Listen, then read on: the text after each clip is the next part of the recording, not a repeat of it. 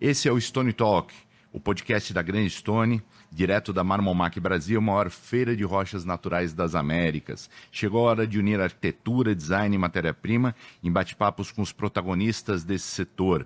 Por essa mesa passaram e ainda passarão arquitetos, designers, distribuidores, artistas e parceiros em conversas abertas, descontraídas e principalmente relevantes. Aqui a gente fala a língua de quem vive o dia a dia das rochas naturais. Se você, como eu, é apaixonado pelo universo das rochas naturais, chegou a hora da informação de qualidade. Eu sou o Ronald Sclave e ao meu lado aqui no stand da Grande Stone na Marmomac está César Vieira de Abreu, gerente comercial da Grande Stone, e também o Vander Salan, que é fundador da Saara Indústria de Rochas. A empresa nasceu para dar forma a projetos, sonhos e ideias, unindo técnica, precisão e sensibilidade. O Vander é um profissional que vive intensamente o dia a dia da marmoraria. Conhece o chão de fábrica e domina o trabalho com mármores, granitos e quartzitos, e sempre atento às inovações do setor.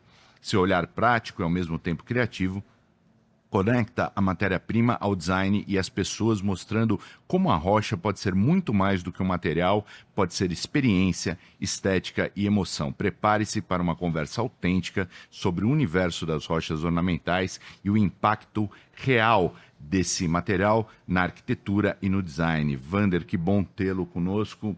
Bom, depois de uma apresentação dessa, a gente fica até, né, sem graça, né? Muito Proporcionado obrigado. à importância Nossa, do eu setor. acho que nunca tive uma apresentação dessa. Muito obrigado, primeiramente, né, a Grande Stone, César, toda a família, né, a você, por estar aqui com vocês, né, esse fornecedor que a gente tem um relacionamento novo, mas se tornou bem importante para a gente, né? Eu falo que hoje a Grande Stone é um dos principais parceiros da Saara e a gente é muito feliz por isso e por estar aqui com vocês. Muito obrigado, Ronald. Me conta como começou a tua trajetória no mundo das rochas naturais. Comecei a trabalhar há 13 anos, mais ou menos, né? Com a minha mãe. Minha mãe já tinha empresa, né? E aí eu fui para ajudar ela na parte da produção. Mas ela estava tendo algumas situações e tudo, e aí eu fui para trabalhar com ela, para a gente unir as forças. E aí comecei a trabalhar dentro da produção, organizando processos, né? Aquela coisa. E mais ou menos de 5, 6 anos para cá, que aí eu comecei a focar no comercial, nas rochas, né? Teve também bem parecido o tempo em relação ao boom, né, dos quartzitos, dolomíticos, das rochas exóticas, né, aqui no mercado interno brasileiro. Então, brevemente, essa é o resumo da minha história na Saara, né? E assim que eu comecei a trabalhar com as rochas, veio aí a paixão pelas rochas naturais, né, pela beleza e principalmente dos exóticos. E como que a Grande Stone chegou na história da Saara? Bom, eles têm um produto chamado Amazonita, não sei se você conhece, Razoavelmente. que eu acho que é uma joia aí que eu falo, que é realmente é a joia, né, das rochas brasileiras, e a gente que trabalha com os quartzitos e tudo quer ter a Amazonita no nosso catálogo, né? E é mais ou menos, vamos botar aí 2 anos e meio, eu já vinha sabendo que a Grande Stone tinha Amazonita e tudo, estava começando a escolher quem vender no mercado interno e tudo, e aí a gente começou a se reaproximar da Grande Stone e conseguimos, em dezembro de 23, fizemos o primeiro pedido, né? Chegou a Amazonita, a gente levou a Amazonita para Brasília, até então não tinha, e outros materiais, como Esperança, como Panda também, o próprio Paládio. Então a gente não pensou só na Amazonita. E aí começou a fazer um trabalho, né, diferenciado com os materiais, principalmente com a Amazonita, que é uma joia. Então não é um material que você vai botar ali no cavalete da marmoraria ou do depósito e esperar o cliente vir comprar, porque achou bonito, né? Então fazer todo um trabalho, explicar que é uma joia, onde que ela é usada, né? A história com a Tiffany, que eu acho que também dá um charme a mais, né? Dá um encanto a mais pro arquiteto, pro cliente, entender que é uma joia mesmo. Então, a gente começou nesse trabalho junto com a Grande Stone com os materiais. César, a palavra é sua. Então, voltando um pouquinho no início da sua pergunta, isso tudo se torna possível, a conexão se torna possível a partir de um alinhamento de posicionamento, né? Então, existe sim a seletividade, não não é por acaso, né? A gente sabe muito bem quem escolher. Então, quem está trabalhando com a gente é porque é altamente qualificado. Então, pensamentos alinhados, né? Estratégias alinhadas, posicionamento, tipo de ação, o que é que a gente faz para promover os nossos materiais juntos, né? O que a gente pode fazer. Então, a gente não está pensando para alguns materiais, né? Principalmente, especialmente a Amazonita, né? Que foi o primeiro material que o Vander adquiriu da gente, né? Além de outros, né? A gente não está pensando em volume, né? A gente está pensando em posicionamento, né? Em educar o público, principalmente o público brasileiro, né? No mercado interno, né? Como a gente vem falando, né? O Brasil precisa ser mais conhecido pelos próprios brasileiros, né? Então, tem um trabalho muito grande a ser feito, né? Existem players no mercado que são ideais, adequados, completamente apropriados para contribuir com o trabalho que a gente quer trazer, que a gente vem realizando, né? Essa é a hora do mercado interno, Vander? Com certeza. Eu acho que, na verdade, a hora do mercado interno já vem aí de 2, 3 anos para cá, né? Eu acho que o mundo, assim, as rochas naturais, principalmente as brasileiras, com o mercado interno, com esse boom que houve de quartzitos, de dolomítico, das rochas exóticas, e o público brasileiro, o cliente, o arquiteto, o design, o profissional, descobrindo que a amazonita é uma joia, é uma pedra extraída brasileira, a própria ametista também. Então, assim, vários materiais que são brasileiros e que o cliente não conhecia, o profissional não conhecia, né? Isso eu falo até que é um pouco culpa nossa, né, do nosso setor. Então, a gente vem com esse boom das rochas naturais de 2, 3 anos para cá. Eu acho que começou-se de 5, 6 anos, mas vem o boom, vem aquela coisa, aquela sede de conhecer e ver essas vários tipos, vários modelos, né, de 2, 3 anos para cá. E você fazer um trabalho diferente. O bom da rocha é que você, se você quiser, claro, fazer um trabalho diferente, pegar um material, fazer uma apresentação, chamar um arquiteto, fazer uma ação internamente, pegar a rocha, fazer um trabalho e fazer um marketing por trás, você consegue vender o material, né? Então, você vê a Amazonita, por exemplo, comparado a outros materiais, tem um valor agregado maior. O pessoal entra na Tiffany, compra um anel e paga ali um valor absurdo. Por que não pagar nisso na própria pedra, né? E ter ali na sua casa uma mesa que seja uma bancada, enfim, e uma joia também. E aí você vai educando e mostrando para o cliente, para o arquiteto, que isso é possível também. Dentro dessa valoração do produto, que é mais do que o preço, é o valor, né?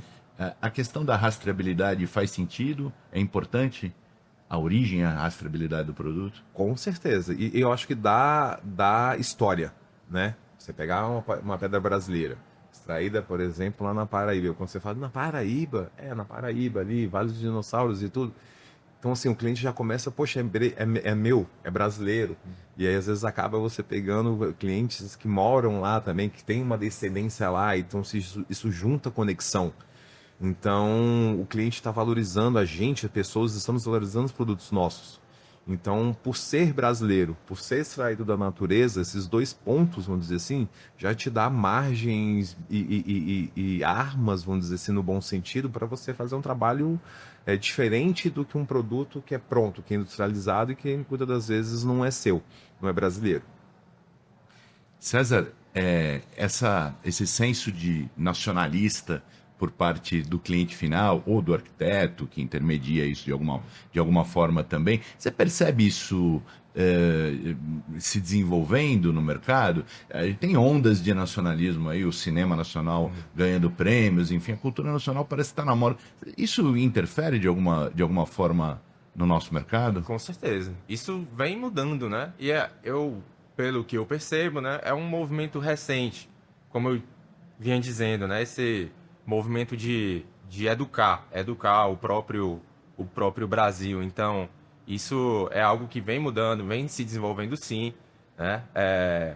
Há cerca de 10 anos, o cenário era completamente diferente, né?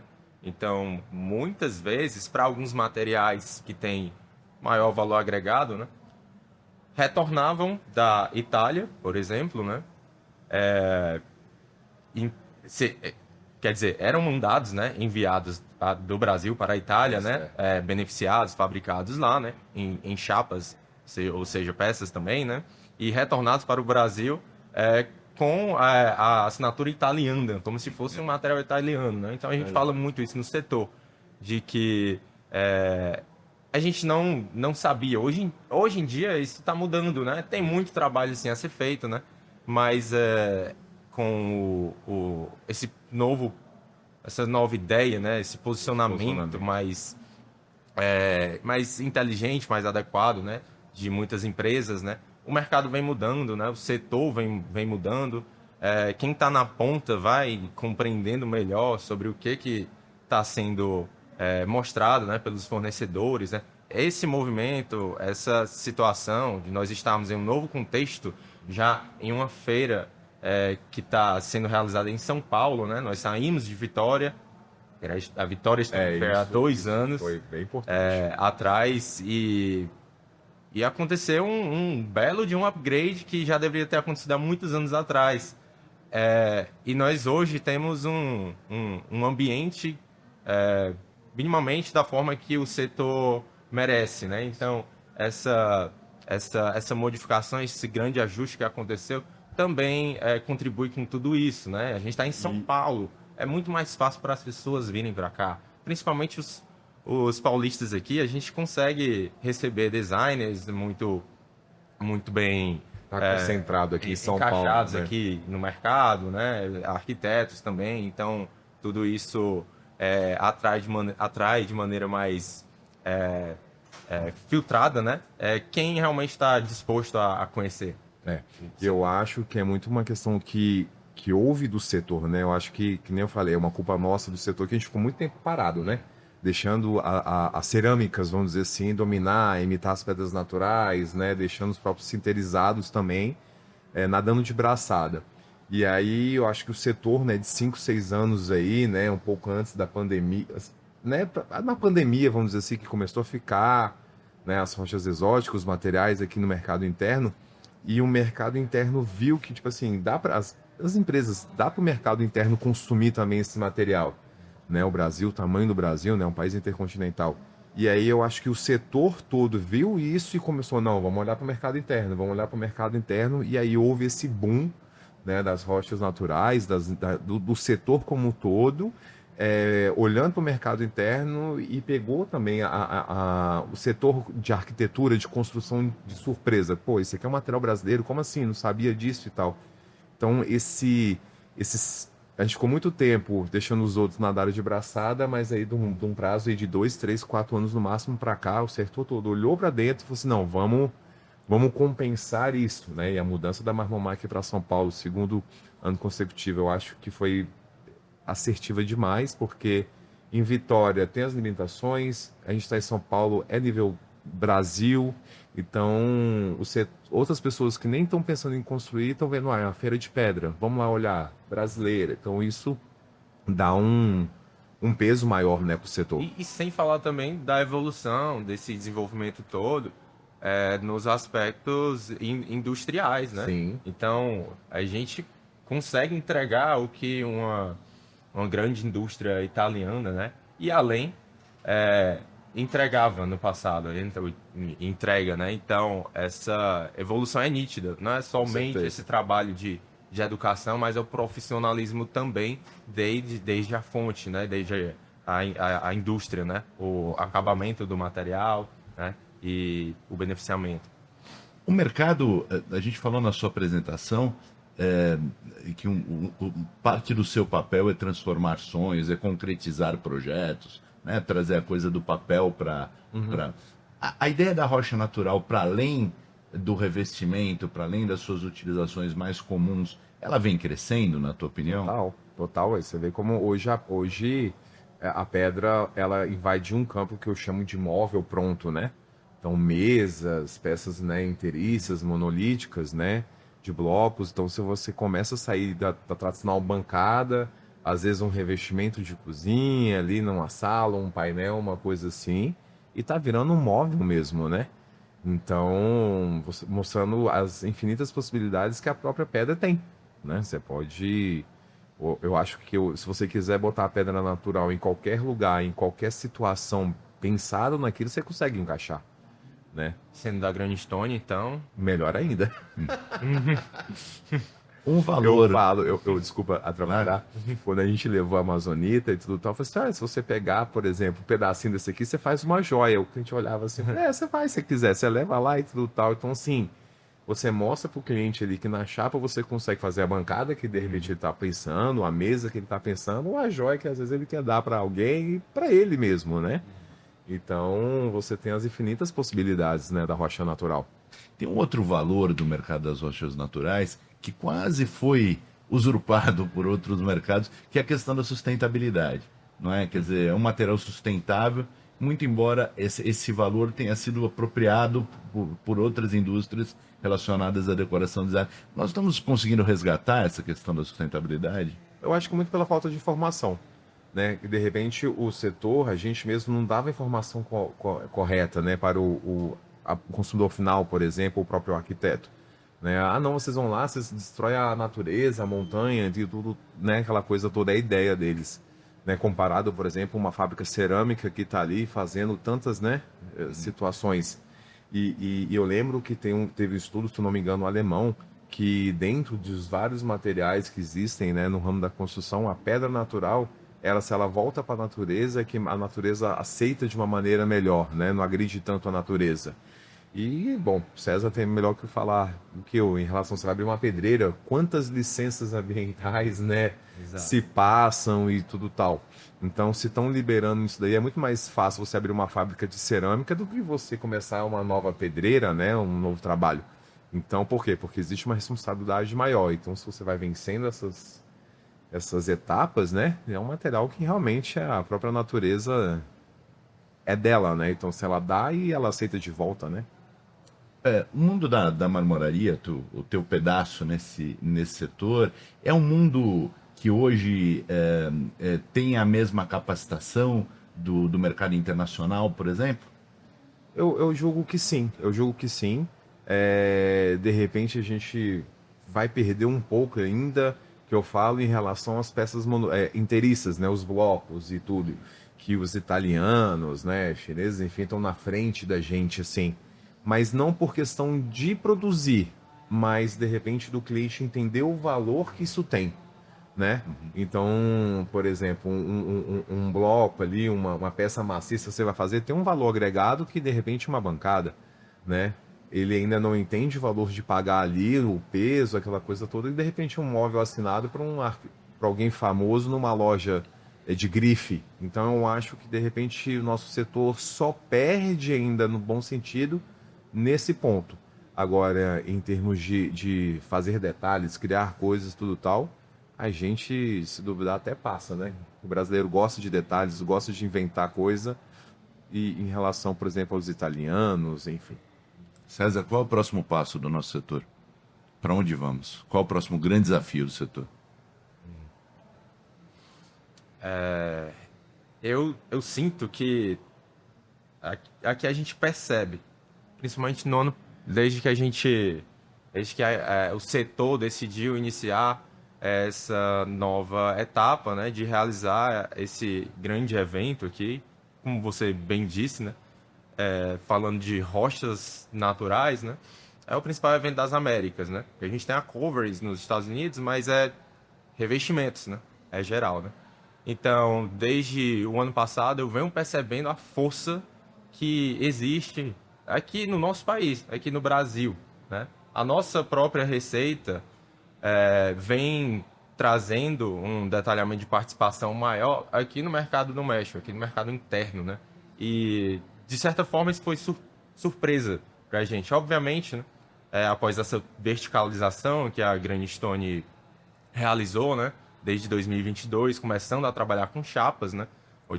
Desde 89 até 2021, somente blocos, pedreira e tudo mais. Obviamente, a gente teve essa oportunidade de se aproximar, mas esses pequenos movimentos, essas coisas que vêm acontecendo, o movimento da gente trazer a feira para cá, né? Ou mesmo na geopolítica, né? Outras taxas e impostos acontecendo em outros países, você acaba se adaptando e percebendo novos caminhos, oportunidades, né? Então, a participação no mercado interno vem aumentando, só que ainda é muito baixa. E o setor hoje é muito dependente do mercado externo, né? Existem grandes indústrias na Itália, como o Wander disse, na China, né? Então, realmente, existe essa dependência, né? Mas eu diria que o que está por vir é essa atenção, esse carinho, esse reconhecimento interno aqui no Brasil, que vai provocar certamente uma participação muito maior aqui no Brasil na aquisição, nas compras, né? Aplicações de rochas naturais em grandes projetos, né? Então, de fato, o Brasil vai se tornar um protagonista aqui, não só como uma grande indústria, uma grande fonte de mineração, mas também como consumidor, né? Você vê, né? Você pegar 3 anos, vamos falar aí, 4 anos, o tanto de coisa que já vem fazendo o setor, né? Ou seja, imagina os próximos 3, 4 anos. Não, cada vez mais você tem empresas que de repente olhavam só para o mercado externo, porque realmente a gente entende a questão de custos e tudo, e por nosso setor não consumir, não valorizar o mercado, o produto brasileiro. Se em 3, 4 anos a gente já está fazendo esse barulho que a gente está fazendo, né, a nível nacional, imagina os próximos 2, 3 anos, né, o tamanho do corpo que vai estar uma Marmomac, né, aqui em São Paulo, as indústrias, o setor como um todo, valorizando ainda mais e dando destaque, né, às rochas naturais, né? Muito bem. Wander, eu agradeço muito a tua presença. Eu agradeço. Agradeço a presença também do César de Abreu, que é o nosso gerente comercial aqui da Grande Stone. E o Stone Talk continua aqui na Marmomac 2026 e volta com novos protagonistas do setor das rochas naturais. Muito obrigado.